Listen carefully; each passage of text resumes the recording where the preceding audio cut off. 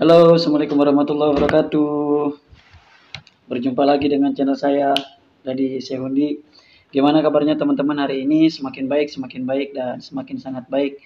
Itu yang saya harapkan dari teman-teman. Mudah-mudahan pada hari ini teman-teman sudah sehat semua, sudah baik semua, sudah bisa makan enak, sudah bisa tidur nyenyak, dan sudah bisa beraktivitas seperti biasa. Dan mudah-mudahan teman-teman ya bisa melaksanakan puasa di bulan suci Ramadan nanti ya gitu. Nah teman-teman, berhubung kita sebentar lagi akan melaksanakan puasa, jadi kali ini saya akan membahas tentang bagaimana sih puasanya bagi penderita anxiety, GERD, dan psikosomatis.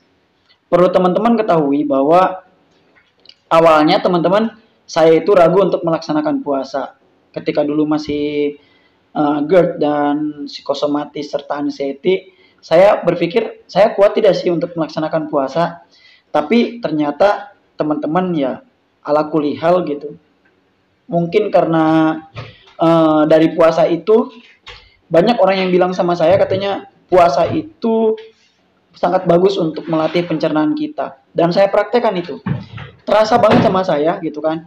Tapi saya memang ketakutan waktu itu. Masih takut untuk melaksanakan puasa karena memang ada yang bilang bahwa puasa itu memperparah orang yang punya GERD gitu. Ada yang bilang seperti itu sama saya.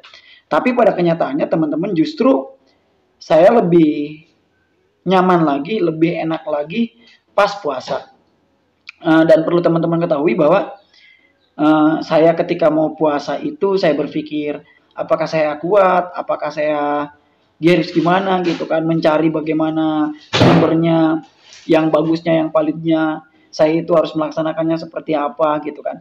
Ternyata justru dengan puasa itu teman-teman, saya sensasinya berkurang, bahkan ya sampai tidak ada gitu, seperti itu ya.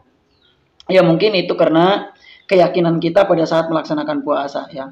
Nah oke teman-teman, tidak panjang lebar kali ini, ya berhubung saya ini penderita GERD, jadi saya tahu lah bagaimana menjalankan puasa kita gitu kan. Harus bagaimana puasa kita melaksanakannya gitu kan.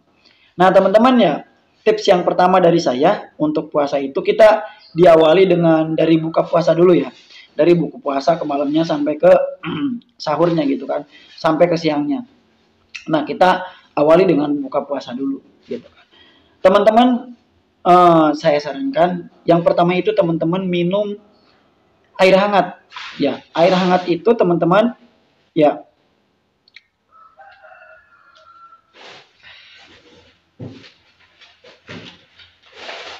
Bentar ya. Saya lagi balas WA dulu.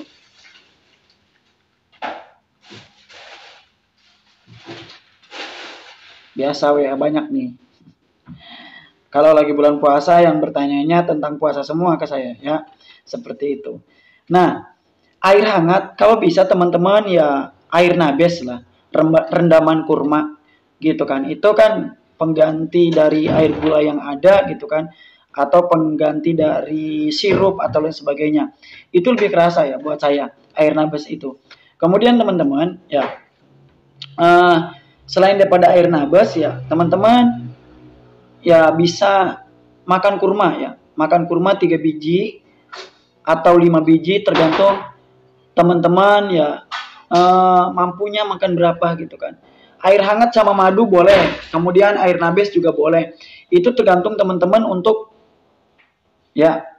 menghadapi buka puasa itu gitu. Tapi kalau saya sih teman-teman ketika awal-awal itu saya minum air hangat ya makan buah alpukat gitu kan.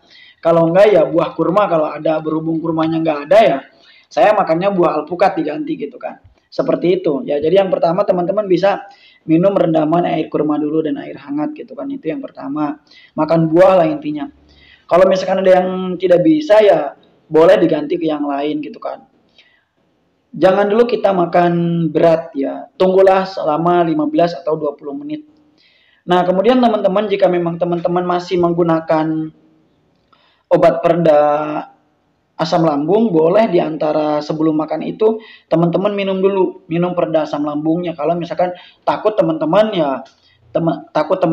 ya asam lambungnya kumat gitu ya, gitu. Tapi kalau misalkan yang sudah baikan ya nggak apa-apa, nggak juga seperti itu ya. Kemudian ya setelah itu makan besar gitu kan, boleh teman-teman makan besar itu makan sayuran.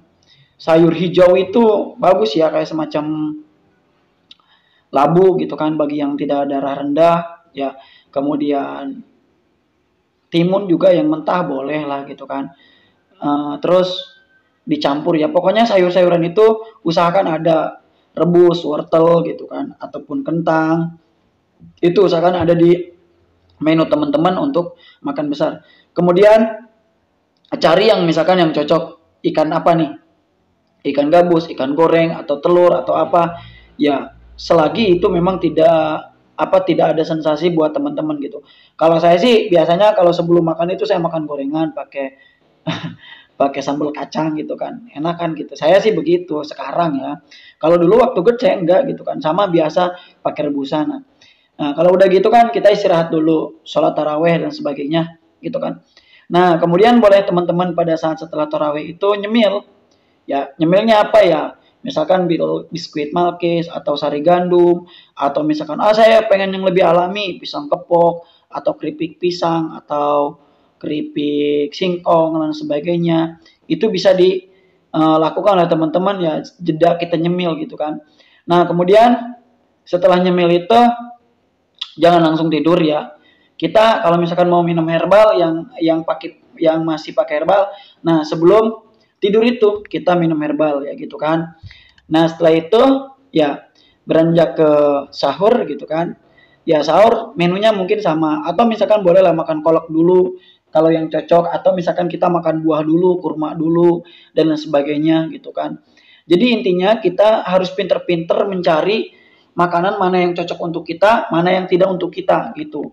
Itu datangnya kan dari kita sendiri, kita yang mencobanya gitu kan ya. Nah, kemudian setelah itu kita makan besar. Nih, saran saya sih jam 3 kita makan puasa itu ataupun makan sahur itu jam 3 ya.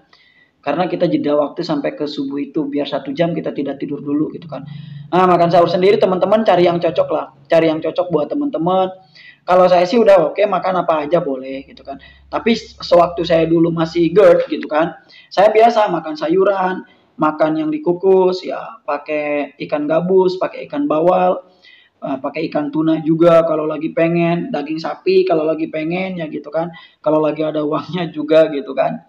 Nah, selepas itu teman-teman ya, setelah kita makan itu, teman-teman boleh minum vitamin gitu kan. Minum vitamin untuk supaya menjalani puasanya itu kita kuat gitu kan. Boleh itu ya gitu kan. Jadi pokoknya intinya teman-teman untuk puasa ini teman-teman harus betul-betul ekstra detoksin tubuh kita, karena saya pun mungkin selain daripada saya nonton video-video dari para mentor, salah satunya yang membuat saya sembuh itu adalah pas saya menghadapi bulan suci Ramadan gitu kan. Nah, buat teman-teman yang mungkin masih ada pertanyaan atau misalkan saya kurang jelas, silakan teman-teman bisa bertanya di kolom komentar, nanti saya akan langsung jawab ya.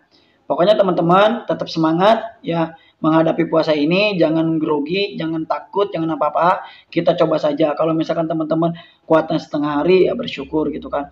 Apalagi kalau kuat yang 1 hari full itu. Oke, salam sembuh dari saya dari Seundi. Wabillahi taufiq wal hidayah. Wassalamualaikum warahmatullahi wabarakatuh.